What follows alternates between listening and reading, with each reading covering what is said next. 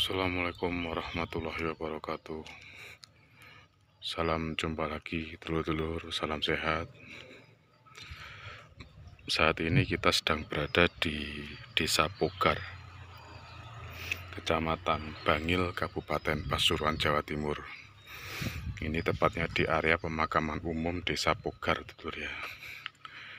Ini pemakaman umumnya. Dan di depan itu, di dalam cukup itu ada makam Kiai Haji Kholili. Cuma ini saya mau ke ziarah ke makam Syekh Jalaluddin atau disebut juga dengan Mbah Lowo Ijo. Ini makamnya dinaungi pohon yang sangat besar. Ini pohon apa itu ya?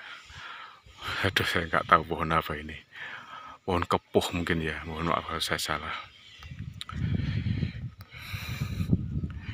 Jadi singkat cerita, Syekh Jalaluddin atau Mbah Lowo Ijo ini merupakan cucu menantu dari Sunan Ampel.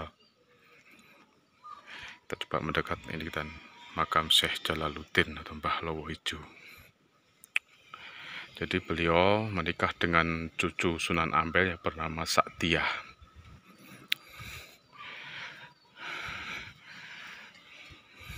Dan ada yang menyebut bahwa Syekh Jalaluddin ini dengan nama Kiai Sayyidin.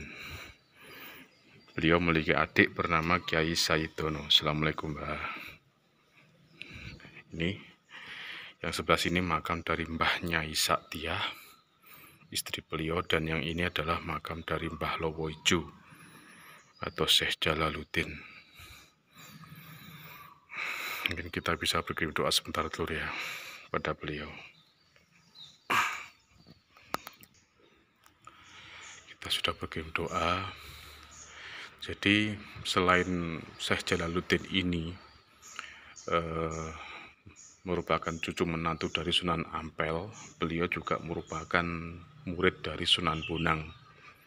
Seperti ketahui, Sunan Bonang merupakan salah satu putra dari Sunan Ampel.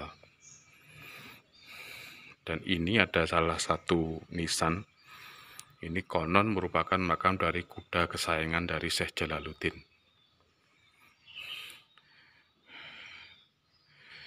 Jadi setelah berguru kepada Sunan Bonang, akhirnya Syekh Jalaluddin diperintahkan oleh Sunan Bonang untuk menyebarkan agama Islam di daerah Pasuruan. Dari Tuban dengan menaiki perahu yang terbuat dari kayu yang sangat besar, kayu jati yang diikat begitu saja mirip rakit gitu ya. Lalu beliau bersama Mbah Kiai Sayyidono berlayar mengarungi laut hingga sampai ke daerah Pasuruan sekarang. Dan di sini kayu yang dijadikan tumpangan tersebut dijadikan salah satu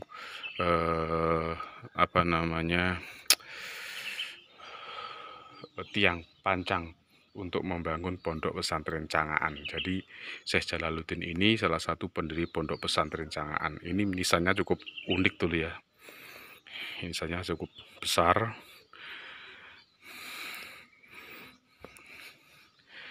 Lalu singkat cerita, karena Syekh Jalaluddin ini tidak mau tunduk kepada pemerintah kolonial Belanda, akhirnya beliau sering dikejar-kejar oleh pemerintah kolonial Belanda. Di sana ada 2 makam lagi, cuman saya kurang begitu tahu pasti itu makam dari siapanya. Kemudian karena sering dikejar-kejar oleh Belanda, memang Syekh Jalaluddin ini oleh Sunan Bonang diajari ilmu kebatinan. Jadi beliau memiliki kemakrifatan yang cukup tinggi. Beda dengan Kiai Sayyidono yang diajari atau dibekali dengan ilmu kanuragan. Karena sering dikejar-kejar oleh Belanda, beliau menghindar dengan cara yang cukup unik, yaitu beliau bergelantungan di dahan pohon pisang. Ya kita tahu sendiri namanya pohon pisang dulu ya. Pohon pisang itu jika diberi beban yang cukup berat, apalagi manusia, pastilah patah. Namun atas izin Allah, pohon pisang yang digantungi oleh Syekh Jalaluddin ini tidak patah. Dan cara gantungnya juga unik, beliau menggantung dengan posisi terbalik, kaki di atas dan kepala di bawah.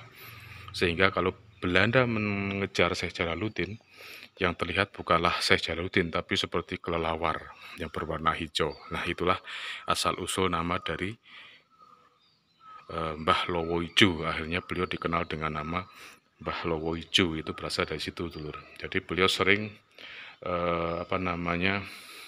menghindar dari kejaran Belanda dengan cara menggantung di pohon pisang, tapi posisi terbalik, dengan kaki di atas dan kepala di bawah. Dan sampai sekarang makam dari Syekh Jalaluddin atau Mbah Lowo Ijo ini masih dirawat dengan baik dan banyak diziarahi oleh para peziarah baik dari Pasuruan maupun luar Pasuruan.